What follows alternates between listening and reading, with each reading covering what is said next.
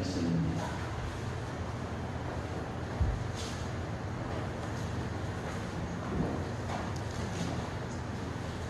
우리 계시 말씀을 한 절씩 교독하겠습니다. 믿음은 바라는 것들의 실상이요 보이지 않는 것들의 증거니 선생님들로서 증거를 받느니라. 믿음으로 모든 세계가 하나님의 말씀으로 지어진 줄을 우리가 아나니 보이는 것은 나타난 것으로 말미암아 된 것이 아니니라. 믿음으로 하나님보다 더 세상을 하나님께 드려서 우리도 하나하시는 증거를 얻었으니 하나님이 그 때문에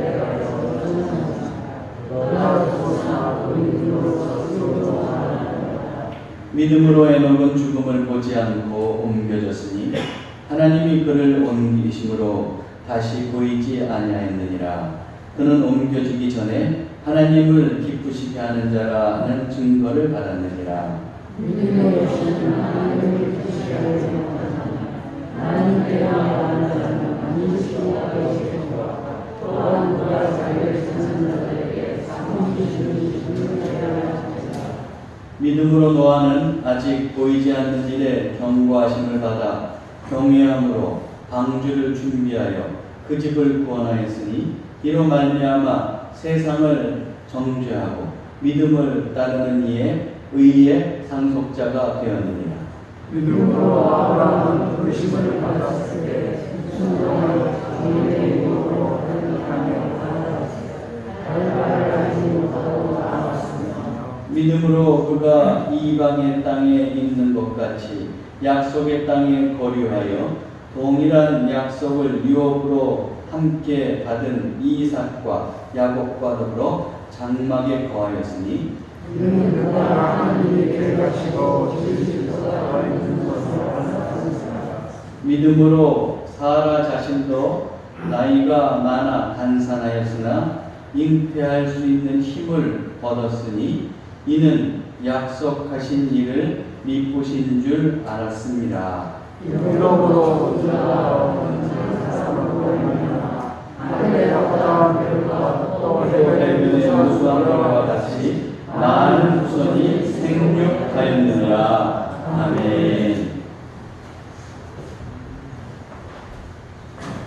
이제 우리 강종수 목사님 나오셔서 믿음으로 산다는 것은 이라는 제목으로 은혜의 말씀 전해주시겠습니다.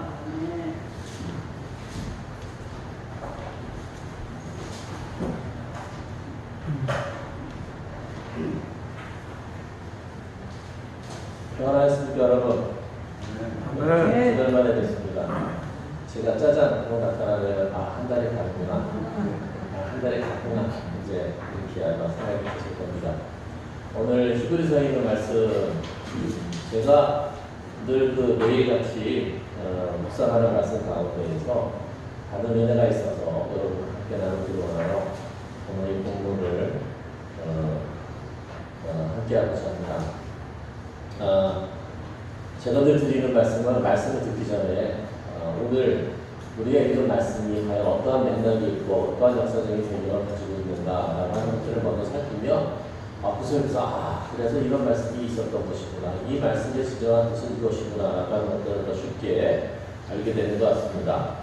자, 히브리서라고 하는 서신, 히브리인에게 보내는 편지라고 하는 이야기죠. 그러면 여기서 말하는 히브리인은 누구예요? 쉽게 얘기하면 유대 사람이라고 우리가 생각하는 유대 사람이에요. 예수님 당시 유대 사람인데, 근데 유대 사람인데 어떤 사람들이에요? 유대 사람인데 그리스도인이에요. 유대인으로서 그리스도인이 된 사람, 유대인이지만 예수님을 나의 주로 고백하고 또 나의 주인으로 모시고 섬기며 살았던 크리스찬들, 그 크리스찬들을 이야기하는 겁니다. 자, 그리고 이 히브리서의 말씀은 초신자들에게 주시는 말씀이 아니에요. 열심히 신앙생활을 하고 있던 교회 공동체에 주시는 말씀이다 라고 먼저 전제를 우리가 가지면 좋겠습니다. 그러나 결국은 우리도 열심히 신앙생활에 온 여러분들 아니시겠습니까? 그래서 히브리서의 말씀에는 뭐가 있어요? 너희가 선생이 되어야 할 때인데 말씀의 초보에 머물고 있고 단단한 음식을 먹어야 하는 것인데 젖이나 먹고 있는 처지가 되었구나 라고 하는 말씀이 있습니다. 그래서 이 히브리서에 있는 말씀은 유대인으로 그리스도인 사람들에게 보내진 편지이고 또 고난과 박해가 찾아오자 이 크리스천으로서 살아가는 사람들이 야 너무 힘들다. 그냥 어차피 유대인으로 사는 것도 하나님의 백성으로 사는 건데 굳이 뭐 우리가 유별나게 뭐 이와 같은 믿음의 돈을 쫓는다고 하는 것이 뭐 특별한 의미가 있을까? 너무 힘들구나. 그래서 돌아가고자 하는, 회개하고자 하는 그러한 마음들도 있었고 그런 유혹들도 있었던 상황 속에서 들려졌던 말씀입니다. 고난과 박해가 오자 옛 신앙으로, 옛 율법적인 신앙으로 돌아가고자 하는 그런 사람들에게도 또한 주시는 말씀이 오늘 히브리서의 말씀인 것입니다. 여러분, 우리가 여기에서 한 가지 또 깨닫게 되는 것이 있어요. 믿음이라고 하는 것도 성장하는구나. 그래서 베드로 사도는 그의 서신의 마지막 편에서 뭐라고 얘기하셨어요? 자라나라 이 말씀을 줍니다. 그래서 자라나라, 성장하다라고 하는 말은 굉장히 중요한 의미를 가지고 있습니다. 자, 예수님께서 우리를 죄악으로부터 구원해 주셨어요. 그렇죠? 구원이라고 하는 건 쉽게 말해서 뭐예요? 여기에서 허우적대고 있고 여기서 빠져 죽을 수 있는 이 구렁텅이에 있는 사람을 먼저 들어다가 어떻게 여기다 옮겨놨다는 얘기죠. 여기다 옮겨놨어요. 생명이 죽을 처지에 있는 사람이 이제 어떻게 다시금 살아갈 수 있는 삶의 기회를 얻는 거 아니겠습니까? 쉽게 얘기하면.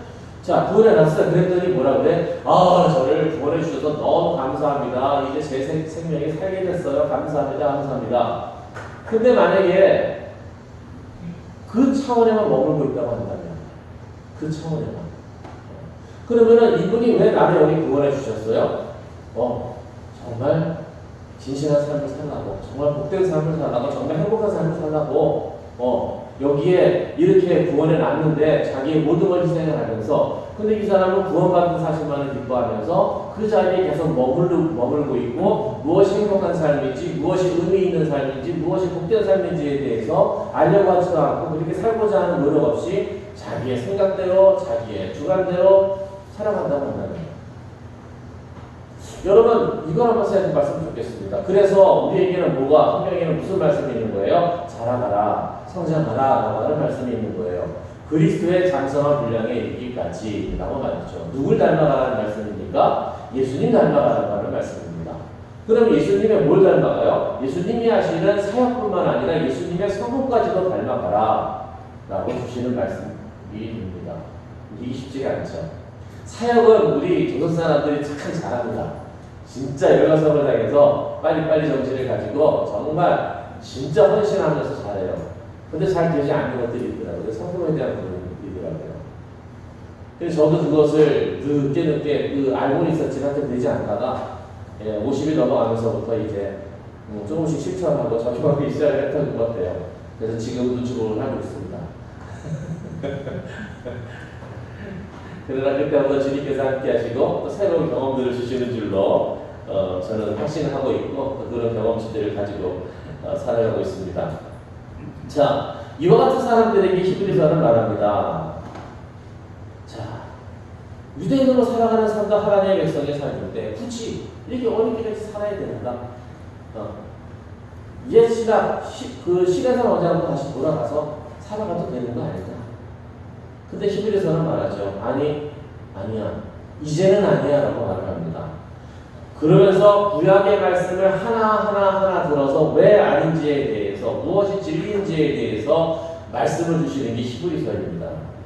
자, 그래서 먼저 뭐가 나와요? 선지자가 나옵니다. 선지자와 그리스도를 비교하는 거죠.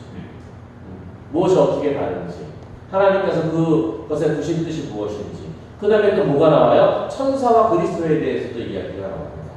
천사와 그리스도, 무슨 의미인지, 어떻게 무엇이 다른 것인지, 하나님의 뜻이 어디에 있는지, 그리고 뭐도 나와요? 모세와 그리스도, 예수님을 또한 비교하기도 합니다. 무엇이 다른 것인지, 그 차이점이 무엇인지. 그러면서 시내산의 옛 언약과 예수님의 부활로 말미암은 새 언약이 있음을 알게 하고, 그 증표로서 뭘 얘기하고 있어요? 예수님께서 대제사장이 되셨다라고 하는 선언을 하고 있습니다. 근데 여러분, 예수님이 대제사장 되신 걸 여러분들 믿으십니까? 어떻게 믿죠? 근데 유대인들이 이게 안 믿겼어요. 왜 못 믿었을까요? 제사장은 어느 지파에서 나와요? 레위 지파에서 나오잖아요. 근데 예수님은 무슨 지파세요? 유다 지파잖아요. 유다 지파에서 제사장이 나온다라고 하는 것은 이거는 율법에 없는 말씀이고 도대체 이해가 되지 않는 말씀이다라고 하는 이야기입니다. 그랬더니 히브리서가 뭐라고 해요? 그래서 젖과 단단하신 분이 나오는 거예요. 말씀에 촉구의 아직도 머무르고 있구나. 봐라, 아브라함이 제물을 11조를 드리고 경배했던 사람이 누구냐? 그게 멜기세덱 아니냐? 멜기세덱은 지금도 보신 하나님의 제사장이고 살렘의 왕이었다. 예수께서 대대상 되신 것은 이제는 율법에 기초한 그러한 족보에 의해서 혈통에 의해서 되는 것이 아니다. 이제 하나님께서는 그 계보를 따라서 그래서 멜기세덱의 반차라고 하는 얘기가 나오는 겁니다. 멜기세덱의 계보를 따른 제사장이시다. 신령한 제사장이시다. 하늘의 제사장이시다라고 하는 이야기를 해주는 겁니다. 이제는 족보가 필요 없다라고 하는 이야기죠. 율법의 규정들이 다 어떻게 허물어졌다라고 하는 이야기입니다. 사실 그것이 예레미야와 에스겔에 있는 말씀이죠. 옛 언약은 이미 깨졌다. 너희들이 깨뜨리지 않았느냐. 내가 새 언약을 너에게 주겠다. 그리고 새 언약이 누구로 말미암아 이루어졌다? 예수 그리스도로 말미암아 시작이 되었다라고 하는 선포이죠. 그러면 이제 돌아가지 말아라라고 하는 이야기입니다. 그것은 썩어진 것들이다. 이제는 누굴 따라간다? 예수님을 따라가면 된다. 예수님을 본받아가면 된다. 예수님과 동행하며 살면 된다라고 하는 이야기입니다. 자, 그 이야기를 해주고 있는 거예요. 그러면 이제 그게 10장까지 나오고 11장에 들어서 믿음에 대한 이야기가 나오는데 그러면 새 언약의 그리스도인은 어떻게 살아야 되는가? 이 문제가 나오잖아요. 거기에 대한 해답이 오늘 11장에 있는 말씀입니다. 그러면 새 언약의 새 일꾼되고 새 백성 된 사람들은 어떻게 살아야 되느냐? 두 단어로 얘기하면 인내와 믿음을 가지고 살아라라고 하는 이야기죠. 그러면 여기서 말하는 믿음이라고 하는 것은 무엇이냐? 그게 오늘 멋지게 정의되어 있지 않습니까? 믿음을 바라는 것들의 실상이요 보이지 않는 것들의 증거다 라고 이야기해 주고 있어요. 그리고 세상에 창조된 것도 보이는 것으로 된 것이 아니지 않느냐, 이 증언을 주고 있어요. 여러분, 바라는 것들의 실상이라고 하는 것은 뭡니까? 바라는 것들이 이미 이루어진 현실이요, 바라는 것들의 실현이요, 그리고 뭐예요? 증거다, 확신이다라고 하는 얘기예요. 반드시 이것 이루어질 것에 대한 보증이다라고 하는 얘기죠. 무엇이? 믿음이. 그러면서 그 인물들을 하나하나 소개해 놓고 있습니다. 근데 여러분, 여기서 이 믿음이라는 것도 오늘 본문을 잘 살펴보기를 원합니다. 왜 그러냐면 예전의 믿음이라고 하는 것은 내가 가진 필요들, 내가 가진 문제들에 대해서 하나님께서 개입해 주시고 하나님께서 해결해 주시기를 바라는 그러한 것에 대한 신뢰가 중심이었어요. 또 그런 것을 통해서 우리가 많은 경험들도 있지 않습니까? 우리의 삶의 문제들이 해결되어. 근데 영원히 그 차원에만 머무르는 것일까? 그러니까 아니더라고요. 믿음도 차원이 있고 믿음도 성장하는 겁니다. 그런 경험을 하나님께서 주셨다고 한다면 이제 어떠한 믿음의 경지를 바라보고 어떠한 믿음의 삶을 경주해야 되는가, 그 말씀이 오늘 여기에 또한 담겨져 있습니다. 그러면서 이제 성경에 있는 믿음의 사람을 한 사람 한 사람들이 등장하기 시작합니다. 첫 번째로 등장한 사람이 누구예요? 아벨입니다. 아벨에 대해서는 뭐라고 증언하고 있어요? 저가 참으로 의로운 제사를 하나님께 드렸다. 아벨과 가인을 제가 예전에도 설교 말씀을 통해서 증언해 드린 적이 있을 겁니다. 자, 아벨과 그의 제물을 받으시고 가인과 그의 제물을 하나님께서 받으시지 않으신다는 게 무엇인가요? 기억나십니까 혹시? 아벨은 양과 그 기름으로 하나님께 제사를 드렸고 가인은 자기가 추수한 곡식으로 제사를 드렸어요. 그랬더니 누가 하나님이 고기를 좋아하셔가지고 아벨을 받으셨다고? 그건 아니죠. 네. 무슨 차이일까요? 그게 가인이 무럭무럭 화가 나 가인에게 주시는 하나님의 말씀에 답이 있습니다. 뭐라 그래요? 죄는 너를 원하나 너는 죄를 다스릴지니라. 다시 말해서 뭐예요? 가인과 그 제물, 아벨과 그 제물이에요. 여러분, 우리가 예배에 나올 때도 제사를 드리는 사람이 하나님 앞에다가 제사를 드릴 때는 제물에만 초점이 있는 것일까요? 아니에요. 오늘 이 말씀을 보니까 뭐에도 초점이 있어요? 제사를 드리는 사람에게 초점이 있어요. 그러니까 제물도 받으실 뿐만 아니라 모두 받으신다는 얘기예요. 제사를 드리는 사람을 받으신다라고 하는 이야기예요. 그러면 제사를 드리는 사람을 받으신다라고 하는 의미는 뭘까요? 그가 번제단에 올라가야 됩니까? 그건 또 아니겠죠. 그 얘기를 가만히 살펴보니까 그 사람이 하나님께 제사를 드리러 오기까지의 살았던 삶, 그 삶을 하나님께서 받으신다라고 하는 겁니다. 결국은 가인에게 있을 때 문제가 됐던 것은 뭐예요? 제물이라기보다는 그의 삶이 하나님이 기뻐하실 수 없는 삶을 살았던 거예요. 죄악에 걸려 넘어지고 유혹에 당하는 그러한 삶을 살았던 거예요. 그러니 아무리 좋은 재물을 가져온들 하나님께서 마음 편히 그 제사를 받으시겠습니까, 여러분? 그 가인의 제사가 거절당했어요. 받지 않으셨어요. 받지 못하셨어요. 동일하게 돌려 얘기해 보십시다. 오늘 우리가 예배에 나오지만 이 예배를 드리는 우리 한 사람 한 사람들에 대해서도 어떤 예배를 하나님께서 연락하시지만 어떤 예배를 하나님께서 연락하시지 않는다라고 생각해 볼 수도 있지 않을까요, 여러분? 어떻게 생각하십니까? 그 이유가 어디에 있는 거예요? 한 주간 살아온 우리들의 삶에 있다라고 하는 이야기입니다. 그래서 오늘 아벨을 보면은 참 슬픈 사람이에요. 왜냐하면 아벨은 존속사진의 피해자였기 때문에 형이 때려 죽였잖아요. 그 시기심으로 인해서 최초의 살인 피해자입니다. 살해를 했어요. 그래서 어떤 학자들은 이 아벨에 대해서 최초의 순교자라고 얘기를 하고 있습니다. 그래도 아벨은 하나님께 인정받는 삶을 살았던 사람이었고 또 그 마음을 가지고 하나님께 제사를 드리고 예배했던 사람으로 우리가 기억이 되고 있습니다. 근데 저는 오늘 이 놀라운 걸 발견하게 됩니다. 이후에도 레위를 통해서 제사장들을 통해서 제사의 제물을 받으실 때도 하나님께서는 뭐를 받으시는 줄 아십니까? 기름관을 받으십니다.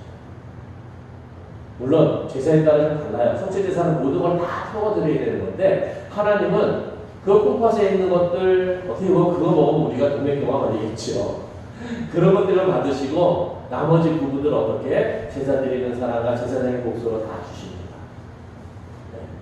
근데 그 기름을 처음으로 누가 드렸어요? 아벨이 드렸어요. 저는 하나님께서 아벨이 드린 이와 같은 정성들을 그 면면한 역사를 통해서 기억해 주고 계신 것이 아닌가 하는 그런 마음이 들더라고요. 여러분 어떻게 새기어 보시겠습니까? 두 번째로 등장하는 사람이 에녹입니다. 에녹은 별다른 보도가 없어요.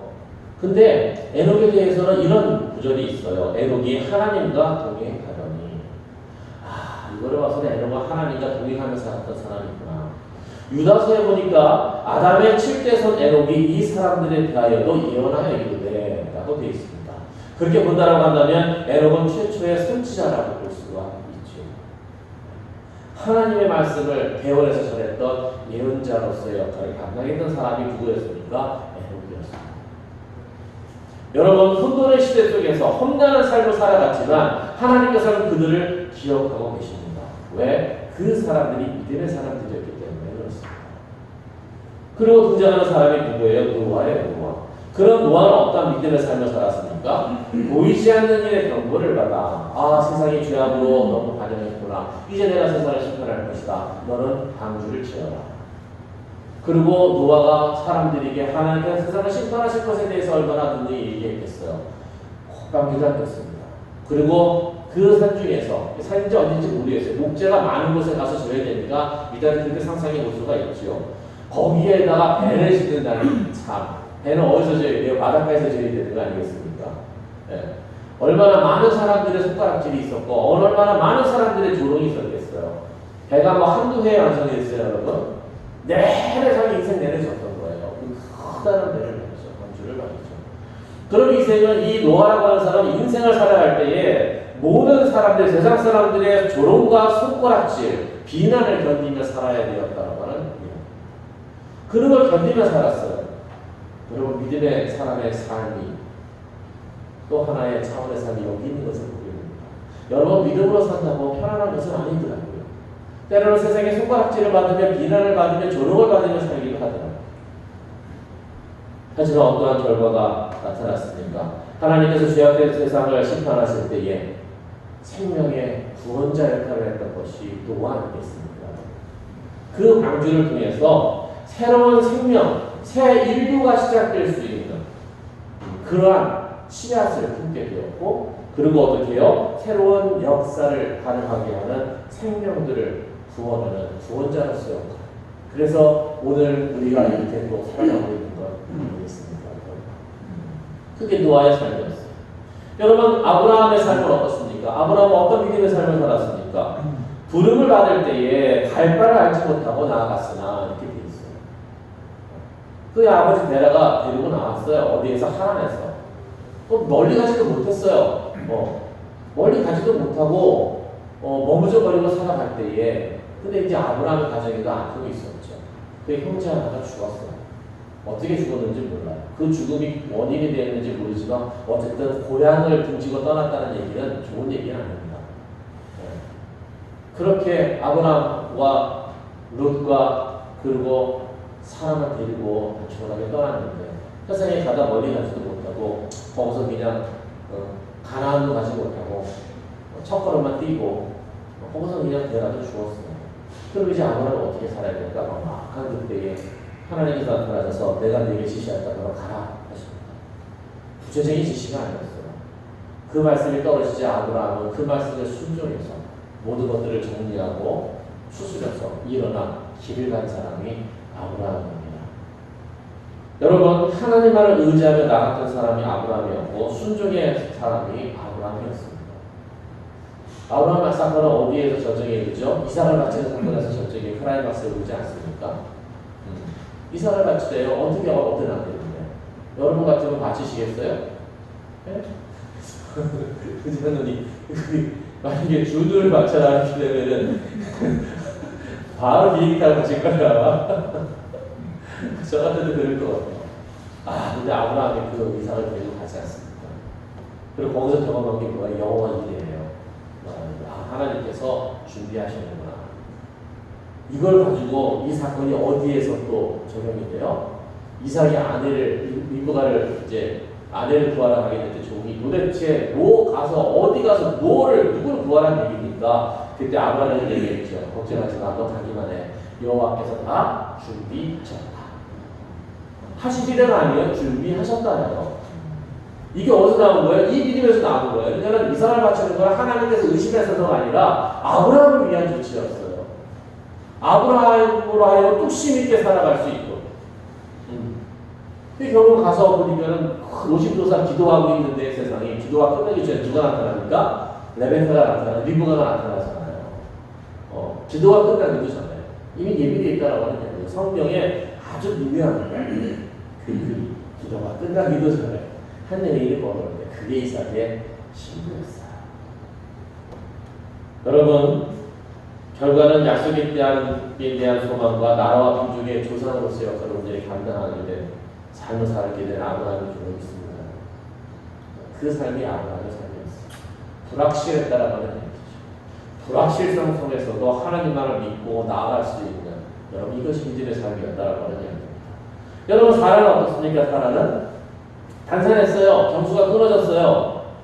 잉태할 힘도 없어요. 인간적으로, 생리적으로 가능성 제로입니다. 불가능입니다. 근데 그러다 보니까 너무 답답해서 수십 년, 시대는 훌쩍 지나다 보니까 답답하니까 하가를 대안으로 제시하게 됐어요. 하나님 아니래요.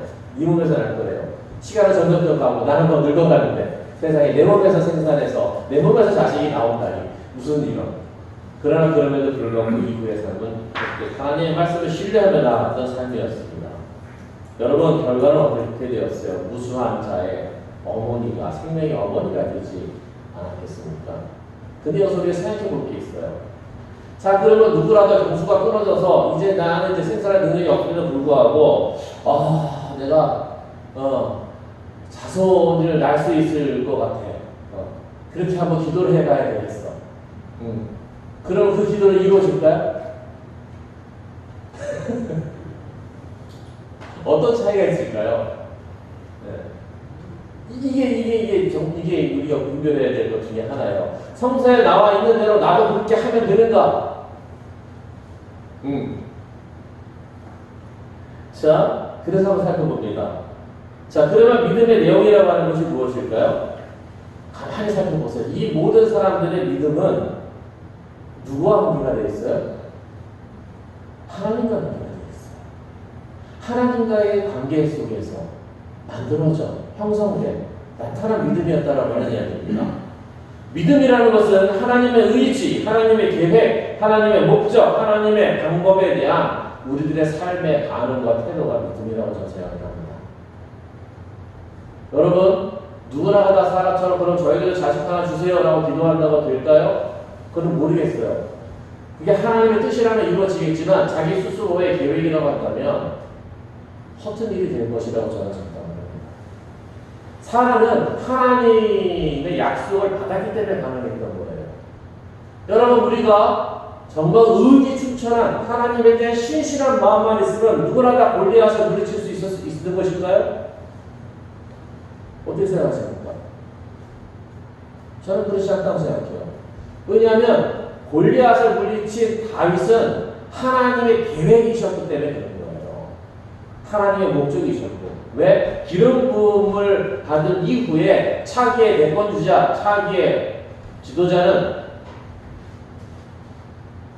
다윗이라고 하는 사건을 나타내주는 그 사건이 바로 골리앗을 물리친 사건에 담겨 있기 때문에 그렇습니다.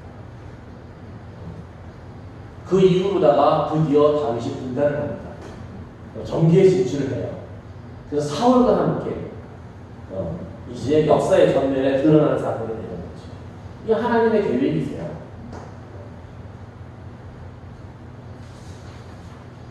자, 믿음의 삶이란 무엇인가? 그래서 생각해봤습니다. 믿음의 삶이란 사명을 가지고 살아가는 삶이구나. 사명이라는 것은 뭐예요? 하나님께서 내 인생에 주신 뜻이에요. 하나님께서 내 인생을 향하신 의미이고 목적입니다. 여러분, 그것을 확인하고 살아가는 삶이 여러분 믿음의 삶입니다. 그래서 믿음의 삶은 사명의 삶입니다.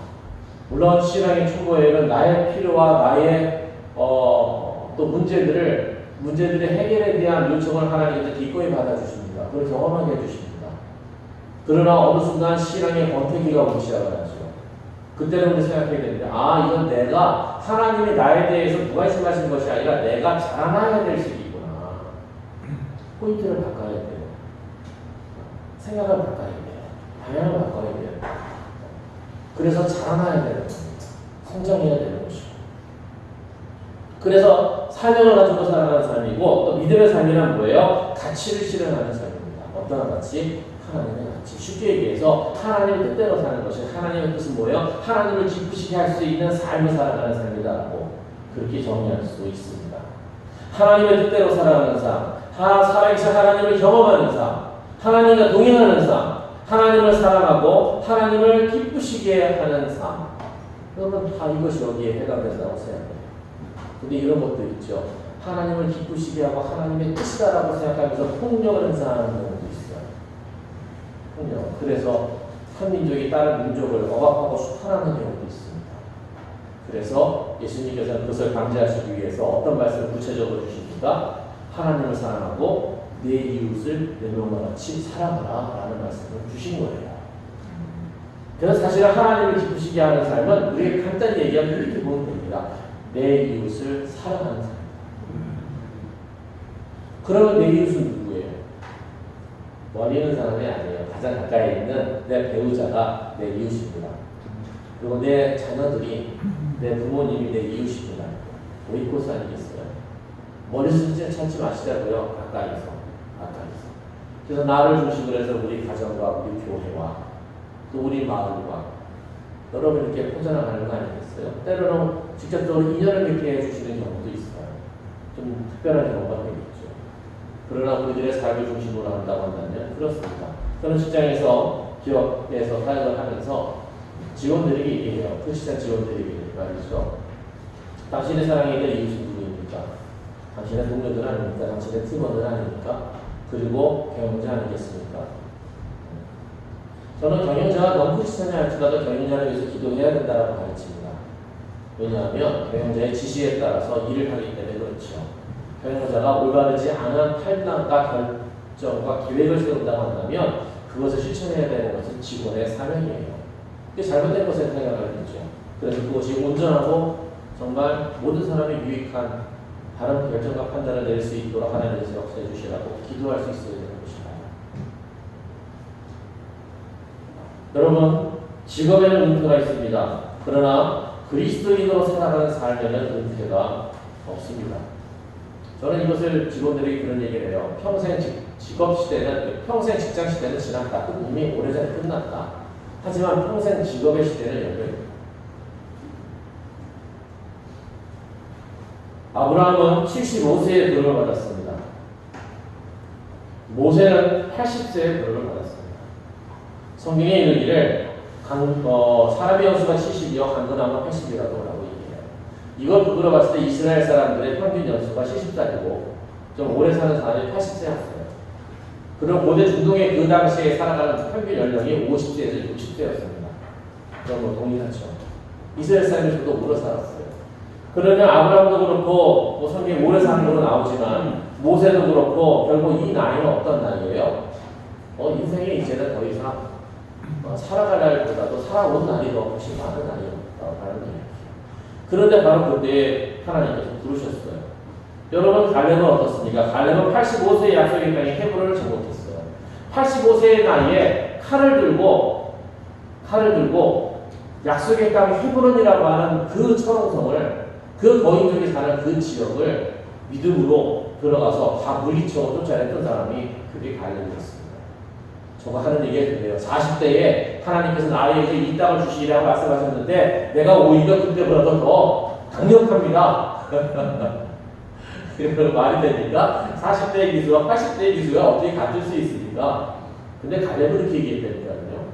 그때보다 내가 더 강력한 사람이 되겠습니다. 왜 그런 거예요? 하나님과 동의하는 법을 하는 거죠. 이제는 갈렙의 파워는 어디에 있는 거예요? 하나님께 있습니다. 그러니까 자신있게 얘기하고 진짜 가가지고서는 정복해내지 않습니까? 갈렙은 나이가 85세였어요. 여러분 이 땅에서 하나님의 가치를 실현해 가는 삶이 믿음으로 사는 삶이라고 생각을 합니다. 이 땅에서 주님이 주신 사명을 실현해 가는 삶이 믿음의 삶이요. 하나님을 기쁘시게 하며 이웃을 사랑하며 살아가는 삶이 그것이 믿음의 삶이라고 생각합니다. 이제는 믿음의 충고에서 우리도 좀 성장했으면 좋겠습니다. 제가 이걸 깨닫는 것은 그거예요. 옛날에 많은 문제들을 해결해 주셨는데 이제는 일터 사역을 통해서 바라봅니다. 근데 여기도 문제뿐만 아니라 장애물들이 너무 많아요. 그러다 주춤한 내 자신을 바라봤습니다. 그랬을 때 이 본문의 말씀을 다시 한번 묵상해 보았습니다. 내가 믿음으로 살고 있지 못했구나 라고 하는 현실을 깨닫게 됩니다. 여러분 하나님께서 사인을 주시고 하나님께서 주시는 확신이 부여됐다고 한다면 갈 바를 알지 못한다 할지라도 나갈 수 있는 삶이 그리 믿음의 삶입니다. 내 뜻이 아니라 하나님께서 나에게 사인을 주셨잖아요. 하나님께서 나에게 음성을 주셨잖아요. 사명을 주셨잖아요. 그러면 갈 바가 좀 하더라도 나갈 수 있는 삶이 그게 저는 믿음의 삶이라고 생각합니다.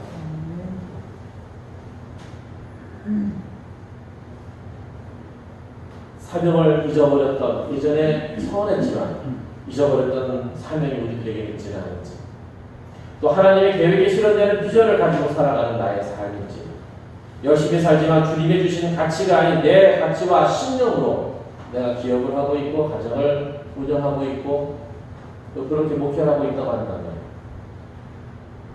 주변의 한계와 장애물에 주눅들고 있는 나의 삶의 모습은 아닌지 장애와 한계와 염려로 사로잡혀 머뭇거리고 있는 삶은 아니지.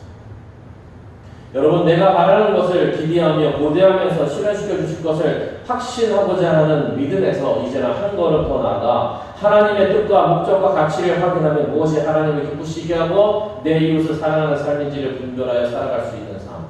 이것이 새 언약의 새 백성이 살아가는 삶이라고 저는 생각합니다.